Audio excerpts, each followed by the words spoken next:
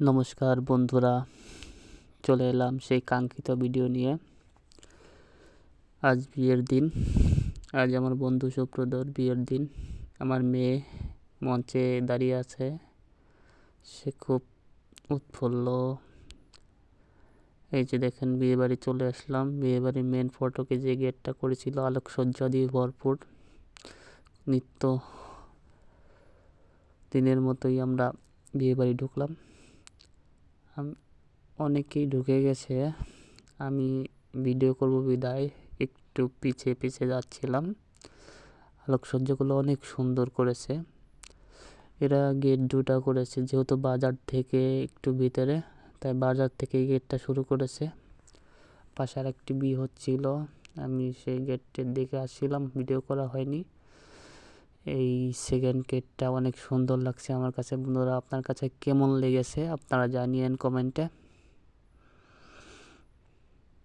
যেহেতু শুধু আলোকসজ্জা দিয়ে সাজানো, আমার কাছে খুবই ভালো লাগছে। বন্ধুকে মিষ্টি আপ্যায়ন করা হচ্ছে গেটে ভিতরে নেওয়ার জন্য। আমাদের ভিতরে এটা হয়ে থাকে, আপনারা হয়তো বা জানেন অনেকেই।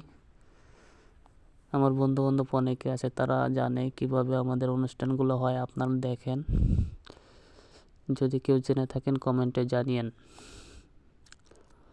বন্ধু খুব লজ্জা পাচ্ছে। আসলে বিয়ে করতে গেলে একটু হয়, এটা সবার জন্যই প্রযোজ্য। সবাই অনেক হাসি খুশি পার্টি স্প্রে মারছে। আমি একটু এগুলো অপছন্দ করি, তাই দূরে থেকে ভিডিও করছি, হয়তো বা বোঝা যাচ্ছে না।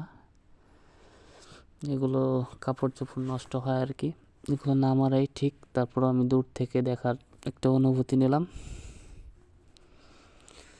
আশা করি সবাই কেমন আছেন, ভালোই আছেন না?